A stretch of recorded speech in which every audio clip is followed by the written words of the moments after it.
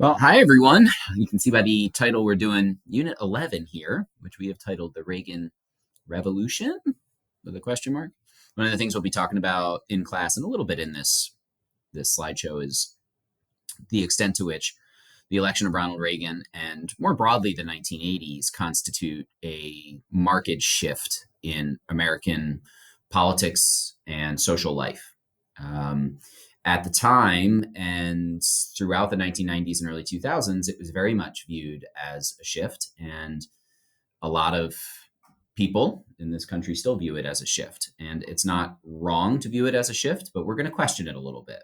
And we're going to delve into the aspects of the Reagan presidency as well as George H.W. Bush. They were our two presidents during the 1980s, and really consider the extent to which we should view this as a big change from what happened, what came before in American political and social and economic life. So the election of 1980 was Jimmy Carter, who was the incumbent president, Democrat, running against Ronald Reagan. Ronald Reagan was a governor from California. First was a movie star in the 1940s, 1950s, and then transitioned to politics. Actually was initially a New Deal Democrat in the 1930s, but he became pretty disillusioned with the federal government specifically in the 1950s and into the 1960s, and then he became governor of California. He ran for president in 1976. He actually challenged Gerald Ford for the Republican nomination, but Gerald Ford won that nomination. And so Gerald Ford ran against Carter, lost against Carter in 76. Reagan comes back 4 years later, runs again, gets the Republican nomination, and eventually wins the election. He campaigns on Carter's record, and he campaigns on this idea that Carter has not made the United States and the American people better. And so the American people needed a change, and he represented that change. That was his campaign. And you can see it was pretty convincing as far as most Americans were concerned. He garnered a little over 50% of the popular vote, which is not a huge plurality, not a huge mandate, but you can see Carter only got about 40%. Reagan gets over 8 million more votes than Carter. But the electoral vote is really what matters, as you guys know, and he crushed Carter in the electoral vote. Jimmy Carter was just not a popular president. We talked about that in class. Some of that was the economic situation. Some of that was the Iranian hostage crisis. Some of that was the deepening Cold War. And some of that was the legacy of the Democrats. And the Democrats still taking a lot of blame for the Vietnam War and what had happened in the 1970s. And so Reagan is elected pretty resoundingly in 1980. Another shift that we haven't really talked about yet in class is that blue-collar workers, specifically white blue-collar workers, are beginning to defect from the Democratic Party to the Republican Party. And this is happening in the 1970s, but it really shows up in the election of 1980. And this is a trend that is going to continue all throughout the 80s, 90s, and up to the present day for the most part. And so we have these big shifts that have been happening throughout the 60s and 70s. We already looked at how white Southerners are defecting from the Democratic to the Republican Party. We looked at how Black Southerners are defecting from the Republican to the Democratic Party. And now we're layering in the idea that a lot of white working class people are defecting from the Democratic Party, which historically had been the party which supported unions and the party of the New Deal, and they're defecting to the Republican Party. Another big shift in the election of 1980 is that Republicans gained control of Congress for the first time since the 1930s. Even when we had Republican presidents in Dwight Eisenhower or Richard Nixon or Gerald Ford, they had to contend with a Democratic Congress. Reagan is not going to be encumbered by that, at least to start his presidency. And there are two things which really set the tone for Reagan's presidency and who Reagan is. He's very similar to FDR in terms of his public persona. He is seen as optimistic. He is seen as having like a can-do attitude, believing in the greatness of America. He's He smiles all the time in public like FDR did. I mean, he's a great contrast to Carter, who was kind of this like somber. I mean, he was an earnest guy, but he was sort of down. Carter was a little bit. Reagan is not that. You can contrast like Herbert Hoover to FDR. On Inauguration Day, the Iranian hostages are released. Now, this was the doing of the Carter administration, but because it's the ushering in of a new presidency, it's seen as setting the tone for Ronald Reagan's presidency. And the other thing, which sets the tone for Reagan's presidency, is that he was shot in 1981. He survived the assassination attempt, but these stories come out after the assassination attempt that he was on the operating table and he was joking with the doctors. He made some comment like, "I hope you boys aren't Democrats." So he gets this persona of being larger than life, of being a superhero in some ways. He's bringing America back, but he's also just this like wildly optimistic guy who Americans look up to. He styles himself as a mainstream conservative, but what we're going to see is that his idea of mainstream conservatism is different from a lot of the Republican presidents who came before him, specifically Richard Nixon and Dwight Eisenhower. When we say mainstream conservative, we're talking about Republicans, conservatives who believe in a smaller federal government, shrinking the size of the federal government through lower taxes and deregulation, as well as some other things, which we'll talk about in a moment. So a big part of understanding Ronald Reagan is understanding his economic policy. Reagan is going to commit himself to what his critics will call Reaganomics, but which Reagan kind of adopts and is fine with it being called Reaganomics. But this is supply side economics, and supply side economics is a challenge to Keynesian economics. It's very different than Keynesian economics. John Maynard Keynes says that if you want your economy to run well, you need a decent amount of government investment. Supply side economics is going to say, in fact, government more often than not hampers the economy. The government is inefficient, it's bloated, it just gets in the way. And so supply side economics says instead of raising taxes in order to fund the government so that the government can make the economy work, you need to cut taxes because the government doesn't make the economy work. It actually hurts the economy. So you cut those taxes so you can reduce government spending, you can shrink the size of the government, and those tax cuts are then going to spur economic investment. And this is sometimes called the trickle-down theory of economics. The idea here is that by cutting taxes, you are benefiting the top earners in the economy, the wealthiest Americans, the largest corporations. That's going to put more money in their pockets, and it's going to lead those people and those entities, those corporations, those businesses to invest more and to spend more. That's the two things here. Right? So the investment is going to create jobs, which is going to help the lower classes, and it's also going to increase tax revenues. The higher spending and the increased demand is going to also increase tax revenues, and it's going to multiply this effect of spending because it's going to help other elements of the economy to get money and to be able to spend that money. Now, critics are very quick to point out with trickle-down economics that this is, in fact, not what happens. In theory, the top earners should be doing these things, investing their money and spending their money. In practice, however, two things are going on. One, either these groups are not investing or spending, they're actually just holding on to the money. Or two, there's just not enough gained from those tax cuts to actually make any of a difference. And that's what you see in this political cartoon here. So the top earners are getting more, but there's just not enough to flow down. Hence the trickle down economics. This is very much a critical view of supply side economics. So there are two lines of thinking there. And economics is a soft science. So it's not that one of these is right and one of these is wrong. It really depends on the economic indicators that you're looking at. Supporters will say you have to cut taxes and put money in the hands of the big spenders because they invest and they spend. Critics will say they do not invest, they do not spend, and or they do not invest enough or they do not spend enough. So moving on from theory, what we see in the 1980s is that the economy really takes off.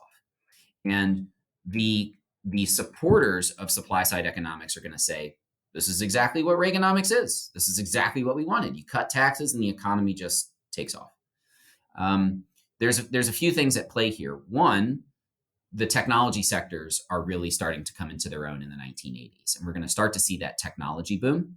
Another thing that's happening is the Reagan administration is going to start to spend a lot of money on defense. And so that is also going to stimulate the economy. Remember, that's government spending. Another thing that's happening as the economy is getting better in the 1980s, the wealth gap is also starting to increase. And you can see that on this chart here.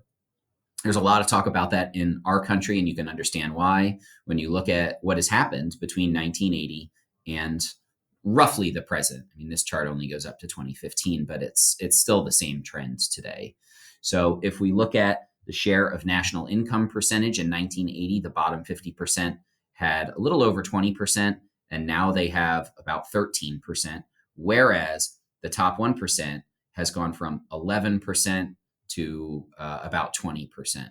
So while the top 1% has basically doubled their share of the income, the bottom 50% has seen their share of income cut in half. What Reagan does is he cuts taxes, and he cuts $40 billion from domestic spending. However, as his presidency wears on, especially into the second term, Reagan is going to find that he has a problem, which is there is just not enough to cut, especially while he is increasing the size of the defense budget. If you really want to cut domestic programs in America, you have to cut Social Security or Medicare or Medicaid. Two of those three programs are wildly popular, which is Social Security and Medicare. Medicaid is a little less popular because Medicaid exclusively benefits the poor. And so it's not a universal program to the same extent that Medicare and Social Security are. Reagan tries to cut Medicaid, but it's the smallest of those three programs. And he really can't cut Social Security or Medicare without angering old people. And you don't want to do that if you want to get elected. And so he's going to have to raise taxes. We'll talk about that in a moment. Another part of Reaganomics is deregulation, deregulating businesses and industries, stripping away these regulations that really go back to the Progressive era and go right up through the New Deal in the 1970s, trying to get the government out of the way of these businesses and industries so that they can do their own thing. Last component of Reaganomics is taking tough stands on unions, particularly unions striking. No better example of this than the PATCO strike. PATCO is the union for air traffic controllers. When PATCO went on strike in 1981, Reagan said, you guys got to get back to work because you are an essential industry. This is actually what Truman did when railroad workers went on strike after World War II back in the 1940s. He said, look, you guys are essential workers. You have to go back to work. Now, a deal was eventually struck between the railroad workers and Truman in the 1940s. That deal was not struck. There was no deal in 1981 when PATCO went on strike and said, so Reagan said, you guys got to go back to work or I'm going to fire you all. And the union said he won't do it. And he did it. He fired thousands of air traffic controllers and replaced them. Many of those people never worked as air traffic controllers again. Just really sets the tone for taking a tough stand on unions. All right, we'll talk a little bit about social issues here.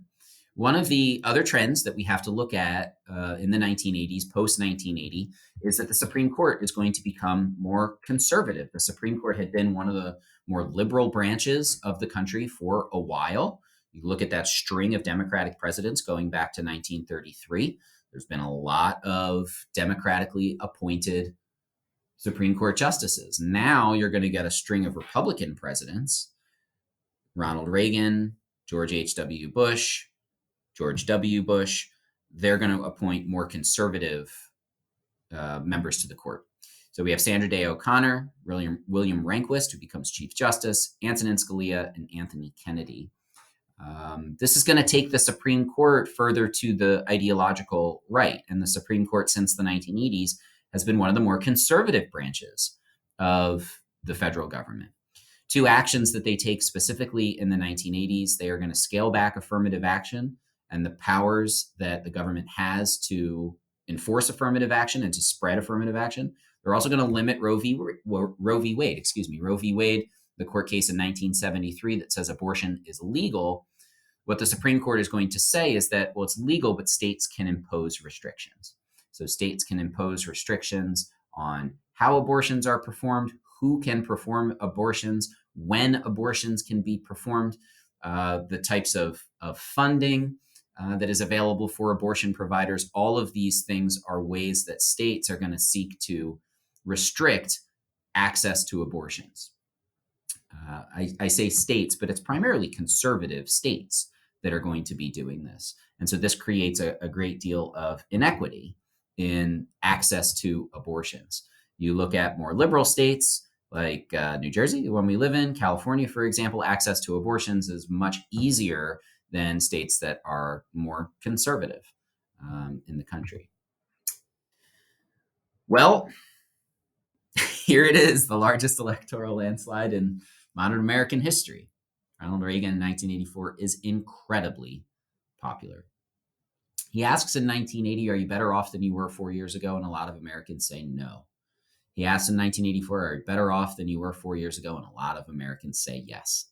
And for Reagan and a lot of Americans, it really is as simple as that. The economy is doing great by 1984. Reagan is starting to talk tough to the Soviets. He's standing up to America's adversaries. He doesn't look like this weak president who can't do anything about America's standing in the world. Americans, by and large, are happy with the direction of the country in 1984. And the Democratic candidate, Walter Mondale, never stood a chance. He only wins Washington, D.C., which Democrats win reliably every 4 years, and his home state of Minnesota. Every other electoral vote goes to Ronald Reagan. So some other trends here. What we see throughout the 1980s are that the government is beginning to run higher and higher deficits. The debt is increasing. And this is very much a trend that has continued into the 21st century and will continue for some time. There are a lot of factors at play here, and we don't need to get too deep into the weeds. Reagan is cutting taxes while also increasing military spending. And so that is adding to the debt. If the government is taking in less money, that's what taxes are after all, but is spending more money, you're going to have to borrow it. And so that's what we see throughout the 1980s here. We see the debt creeping up into the 1990s. The other big problem here, which is not a problem that is exclusive to Reagan, is those social safety nets, those welfare programs that I talked about. Social Security and Medicare are extremely expensive programs. And as the baby boomers get older and they are taking those programs larger and larger numbers, that debt is going up and up. We talked about that a little in class. Social Security, you need to do something in order to fix it. Social Security is running out of money. But the potential fixes for that are not politically popular. Again, don't need to get too deep into the weeds on that. The national deficit is also increasing, which leads Reagan to actually raise taxes. In 1985, after he has been elected for the second time, he begins to increase taxes, and he's going to increase taxes another, I think he increases taxes 3 times throughout his presidency. And so by 1988, kind of hard to see in this graph, but we start to see a leveling off a little bit of the debt here, which is happening. But, it's temporary. It goes down a little bit again. This is Bill Clinton. He's kind of moving some money around. We'll talk about that when we get to Unit 12. In some ways, that's an optical illusion. And then we go into 2008 with the Great Recession, and the debt really starts to balloon once again. So I mentioned before that Reagan is starting to take on the Soviet Union in ways that we didn't see in the 1970s, really even in the 1960s. LBJ was fighting the Cold War, but he was fighting a proxy war. I mean, he was fighting the Vietnam War. Nixon is going to visit the Soviet Union. He's going to visit China. There's going to be this easing of tensions called détente in the 1970s. But that tension is going to ratchet back up with the Iranian hostage crisis. The Soviet Union invades Afghanistan in 1979. So they're seen as spreading communism again and being provocative again. And so Reagan is going to take office at a time when the Cold War is starting to deepen. And Reagan's response is going to be to turn the clock back on the Cold War in some ways. And he's going to view the Cold War in black and white terms, similar to how Truman viewed the Cold War. Soviets are bad, Americans are good, simple as that. So he refers to the Soviet Union as the evil empire. He's going to take on the Soviet Union in some pseudo-confrontational ways. He is going to increase military spending. We've already talked about that. Developing new weapons, spending lots of money on modernizing the American military. He also proposes something called the Strategic Defense Initiative, which his critics dubbed Star Wars. The Star Wars came out in 1977. He's proposing this in the early 1980s. SDI was this plan to put a bunch of satellites with lasers up into space that could shoot down incoming nuclear missiles. Really cool idea. Did not work. But a lot of money was spent on it. He also is going to take some military actions, although we can view these as limited actions. Not limited if you live in Grenada, where United States troops intervened in October of 1983 to prevent a communist regime taking power there. This harkens back to the Monroe Doctrine and the Roosevelt Corollary. The United States has always felt that it has the right to intervene in other nations' affairs, especially in our hemisphere. We're talking about an island nation in the Caribbean.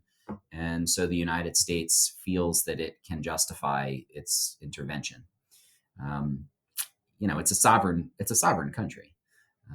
But this is the Cold War, and we've talked about this. There are numerous examples of the United States intervening in sovereign countries' affairs during the Cold War.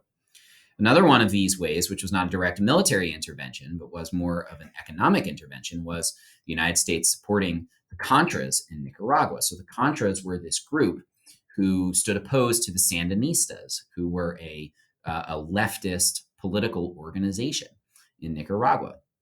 And so the United States didn't want a leftist government to come to power, and so they started funneling money to a politically, ideologically right-leaning group called the Contras. Well, the Contras also had some issues. The Contras are pretty much a terrorist organization, and they are one of the ways that they are making money is they are selling drugs. They're engaged in the illegal international drug trade. And so in 1985, Congress passes this amendment called the Boland Amendment, which specifically says that the Reagan administration and the CIA cannot support the Contras because the CIA has a lot of latitude to do a lot of different things. They can do things that other organizations can't do. The Boland Amendment says, yeah, look, we know you do illegal things. You cannot do this. You cannot support the Contras. The Reagan administration continued to funnel money to the Contras, however, and they did it through selling weapons to Iran. So what they did was they sold weapons to Iran, and then they funneled that money to the Contras. So this is highly illegal because Congress had already said you can't do this. Not only can you not funnel money to the Contras, you're also selling weapons to a state that is an enemy of the United States ever since the 1979 Iranian Revolution. This scandal, and it does become a scandal in the second term of Reagan's presidency, really doesn't touch Reagan. This stands in contrast to the Watergate scandal, which ends the presidency of Richard Nixon just, a little over 10 years before that. Reagan does not take the fall for this. Reagan says, I didn't have any knowledge of this. This was elements of the military and the CIA acting in these ways. He does not take the fall. A guy in the military named Oliver North, I think he was a colonel in the military, is the one who really takes the fall and eventually goes to prison for it. And this earns Reagan another nickname, which is the Teflon president. Teflon is a non-stick coating. And so he gets the nickname the Teflon president because nothing sticks to him. Again, in contrast to somebody like Richard Nixon. Despite the stance that Reagan is taking in calling the Soviet Union the evil empire, we actually see that throughout the 1980s, US and Soviet relations are beginning to improve, especially by the end of the 1980s. And this has a lot to do with what's going on in the Soviet Union. The Soviet Union is beginning to collapse. And the premier of the Soviet Union, Mikhail Gorbachev, initiates these two policies, glasnost and perestroika. And these two policies are about the opening and the liberalization of the Soviet Union. Now, I don't want to overstate it here. It is not that the Soviet Union all of a sudden is becoming this like free and democratic society. It's that some of the most stringent restrictions on freedom of speech, freedom of the press are starting to be revoked. And that is leading more and more Soviet people to question the merits of the Soviet Union. And the Soviet Union had been stagnating for a long time. Its economy was not great. It was not keeping up with the West and the United States. And so when glasnost and perestroika are implemented, what we see is that the Soviet Union begins to collapse. Now, when we look at Ronald Reagan and all of this, we can take two different approaches. And we can look at Reagan as helping to facilitate this end, or we can look at Reagan as mostly a bystander to this internal process. Supporters of Reagan in the 1980s and up to today will say that Reagan's tough stance on the Soviet Union actually helped the Soviet Union to collapse. It actually brought about the collapse of the Soviet Union. The United States, by spending more money on defense, forced the Soviet Union to also spend more money on defense, money that they didn't have, which led to economic problems in the Soviet Union. Reagan's tough stance, like where he goes to the Brandenburg Gate in Berlin, which is what we see here, and he makes this famous speech where he implores the Soviet Union to tear down the Berlin Wall. He's making the moral case against the Soviet Union. And as glasnost and perestroika are implemented, there are Russians and Soviets who are looking at the words that Reagan is using to define this conflict. And they're saying, you know what, maybe he's right. Like maybe we shouldn't have a wall dividing East and West Berlin, but also that metaphorical wall dividing East and West in the world. This leads to a series of summit meetings that are held between the United States and the Soviet Union. And eventually, it leads to the collapse of the Soviet Union. In 1989, the Berlin Wall comes down. And after that, the Soviet republics begin declaring their independence. And when the Soviet government does little to stop them from declaring their independence, the Soviet Union just collapses. It just dissolves.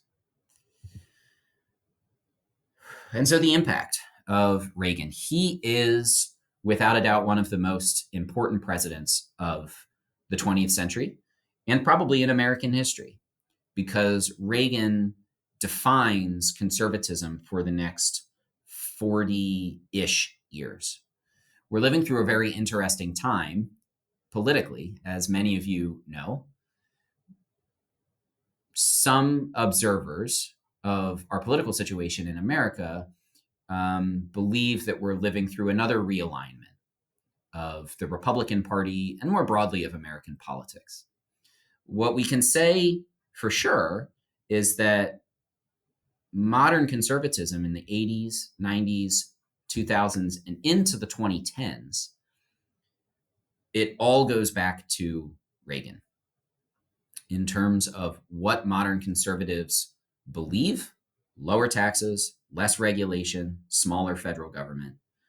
That is all credited to Ronald Reagan. Now, with the election of Trump in 2016, some of those priorities it looks like, are changing.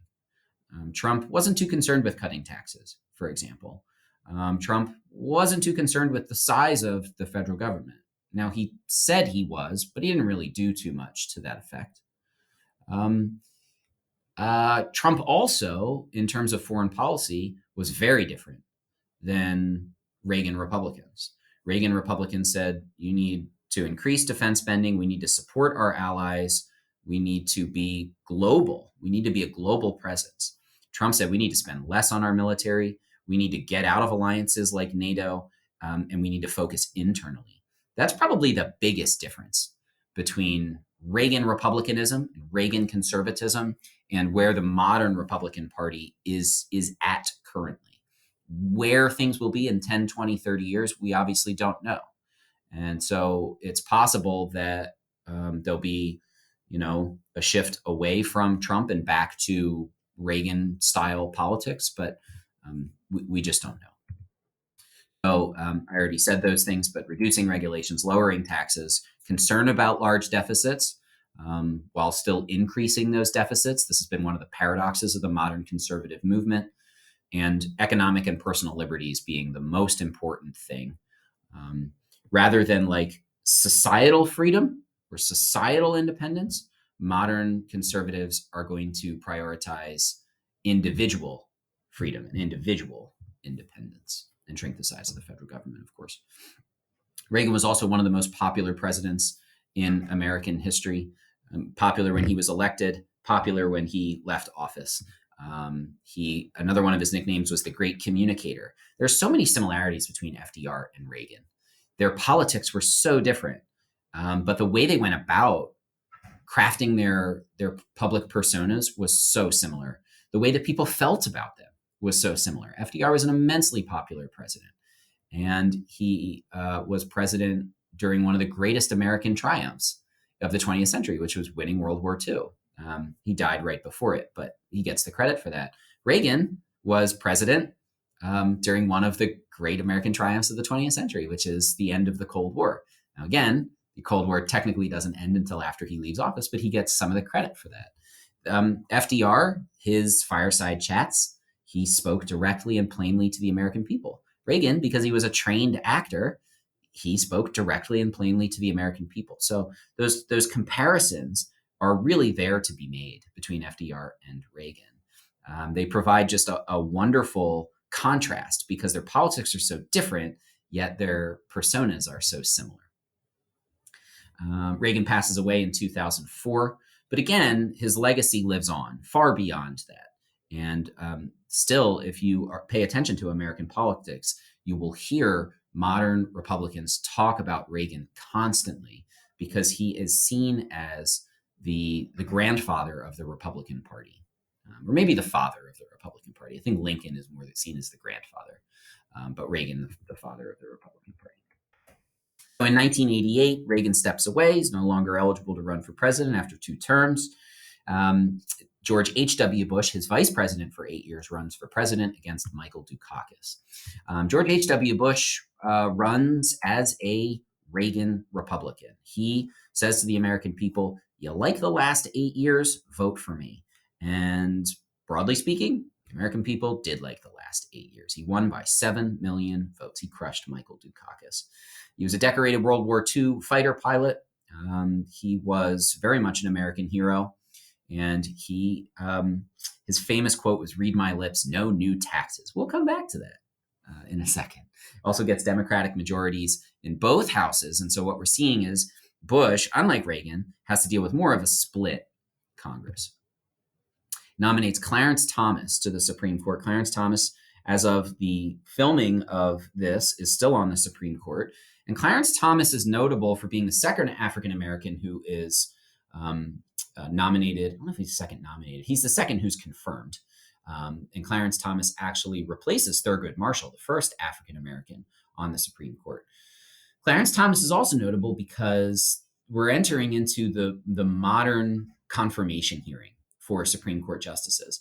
Historically, Supreme Court justices were confirmed with little fanfare. It was rubber stamped by Congress. Nominated by the president, Congress said, there you go. Clarence Thomas's nomination was not rubber stamped, and it was very controversial. There were charges made by Anita Hill, who was a former staffer of Clarence Thomas, that he sexually harassed her. And there were some pretty heated televised hearings in front of Congress. Eventually, he was confirmed by the Senate, but the significance here is that, like I said, we're entering into this period where now Supreme Court justices, their confirmation is not assured.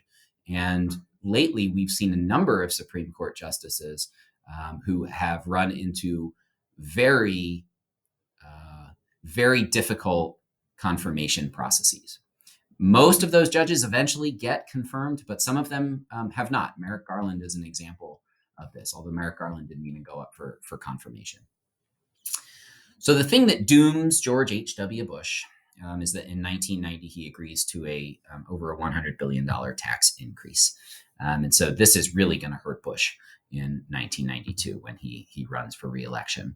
At the same time, the economy is starting to worsen. There is a recession in 1990. Another thing, that is associated with George W. Bush positive way is the ADA, the Americans with Disabilities Act, is signed in 1990, and the ADA prohibits discrimination against citizens with mental and physical disabilities. The ADA is super important, obviously, for Americans with disabilities. The ADA is important because it makes it so that all aspects of American society have to consider Americans with disabilities. So, for example, all buildings have to be accessible to people with physical disabilities. So you can't just have stairs. You need ramps or an elevator. This is a direct product of the ADA. Bush says he wants a kinder, he wants a kinder, gentler America. This is another one of his famous quotes. But Bush is remembered if he's remembered for anything, he is a one-term president, so he's not remembered for too much. But if you remember for anything, it's the Persian Gulf War. Bush is president when the Soviet Union collapses. And so he is going to talk about creating a new world order, moving away from the Cold War and creating a new world order with the United States at the center of it, with the West at the center of it. The first test of this is going to come in August of 1990 when Iraq, under Saddam Hussein, invades Kuwait, which is its small but oil-rich neighbor. This is going to be a problem for the United States because Kuwait is going to threaten the oil coming out of the Persian Gulf. And the oil shocks of the 1970s are only 15 years in the rearview mirror for Americans. And so the idea of once again having to ration gas and seeing the economy grind to a halt is something that is really scary. And so what happens is George H.W. Bush commits the United States military to liberate Kuwait. So we have the small inset map here, gives you an idea of where the Middle East is. And this is the region that we are talking about here. Here's Kuwait, the dark blue country, and then Iraq, the much larger country to the north. And the United States is going to base its forces in Saudi Arabia. What's going to happen is the United States is going to invade Iraq and then is going to swing over to the right to liberate Kuwait. This is a very quick operation. It is a very successful war for the United States, as well as a coalition which supports the United States in the war. The majority of the fighting is over within a week. The Iraqi forces are no match for the coalition. There's two things, however, that are very significant about this war heading into the 21st century. The first thing is that George H.W. Bush does not remove Saddam Hussein from power. There was some question about this as to whether or not the United States was going to continue all the way to Baghdad. It's kind of hard to see on the map here, but this is the capital right up here. The United States would have to drive its forces pretty far into Iraq, and this would have been a much larger war and would have been a much longer war. Saddam Hussein was a brutal dictator, and the United States did not like him. They did not like him in that region. They believed he was a destabilizing force, and he was anti-American in many ways. And so George H.W. Bush could have removed him from power, but did not. 13 years later, his son, George W. Bush, will be president, and his son will do just that. And in the Iraq War of 2003, will remove Saddam Hussein from power.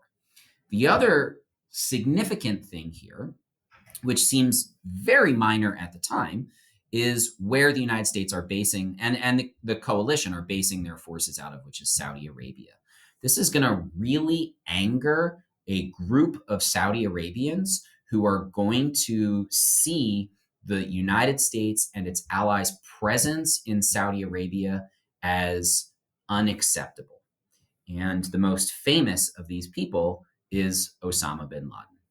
And so Osama bin Laden is going to be radicalized, not just by this.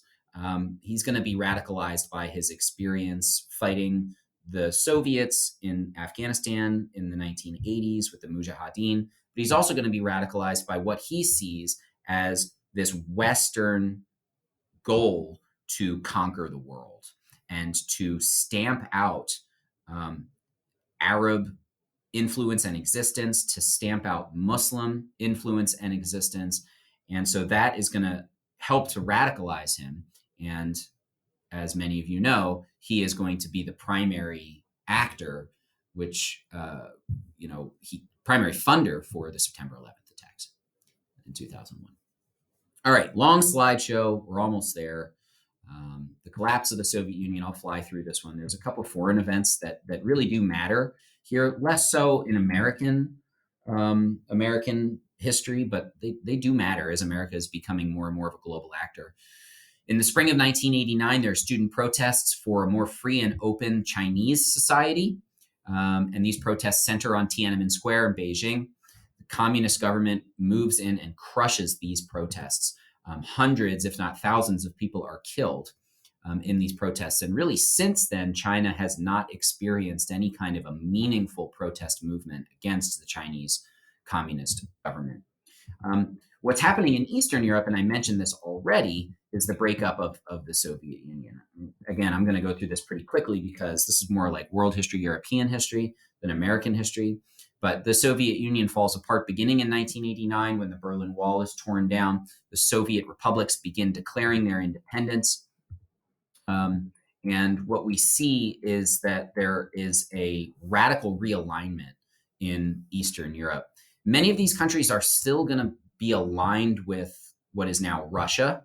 They're still going to be aligned with Russia because they have to be. They have strong economic ties. They have ethnic ties. There's a lot of different reasons here. Some of these countries are going to start to align more with the West. However, Poland is an example of this. Czech Republic is an example of this. But many of these countries are still going to align with the East, with Russia. But what we also see is as the Cold War ends, we're able to, as a global society, come together and sign things like START 1, Strategic Arms Limitation Treaties. START 1 and START 2 are signed, which reduce nuclear weapons to around 3,000 each between Russia and the United States. So some big stuff there. All right, last slide. You've made it this far. You can make it to the end. This is one I'm going to go through quickly too, because my goodness, if you are living in America at this point in history, you know all about political polarization. What we see throughout the 1980s and into the 1990s and 2000s is this realignment that I've talked about in these notes. And this realignment is still the alignment that we're living with today. The South, the Great Plains, the Midwest of our country, and the mountain states of our country are reliably conservative, more moderate and liberal, the Northeast, the West Coast. You know, I mean, it's not even really moderate, it's liberal, right? I mean, and this is the division of American political and social life that takes root in the 1980s and has really continued to exist still to this day. 1990 saw the Southern conservatives really take over the Republican Party. We see legislative stalemates and government shutdowns, and we see a number of topics of polarization. Feel free not to write these down because, again, if you're living in this country now, you know all of this. We are a very polarized country, and we draw that line between political party affiliation, but we also draw that line between political ideology. And each one of the political parties over the last 30 plus years has had to take a clear stand on each one of these issues. And it didn't always used to be like that. I mean, if I could impress one thing to you guys about this, it's that our political parties used to be much more nebulous than this, meaning, you know, you could have Democrats who were pro Second Amendment, or you could have Republicans who were pro choice. The parties, because of this political polarization, have really just gone into two corners. You know, if you are pro choice, you basically do not have a home in the Republican Party. If you are pro Second Amendment, you basically do not have a home in the Democratic Party. For healthcare, if you are pro universal healthcare, you do not have a home in the Republican Party. For LGBTQ issues, if you are, anti-gay marriage, for example, you do not have a home in the Democratic Party. And it didn't used to be that way. But over the last 30 years, the parties have been really firming up who can be considered a Democrat and a Republican. Whew. Goodness gracious, that is a lot. I'm done. Are you done? I sure think so. Hope you learned something. That's Unit 11, 1980s Republican Reagan Revolution? Question mark?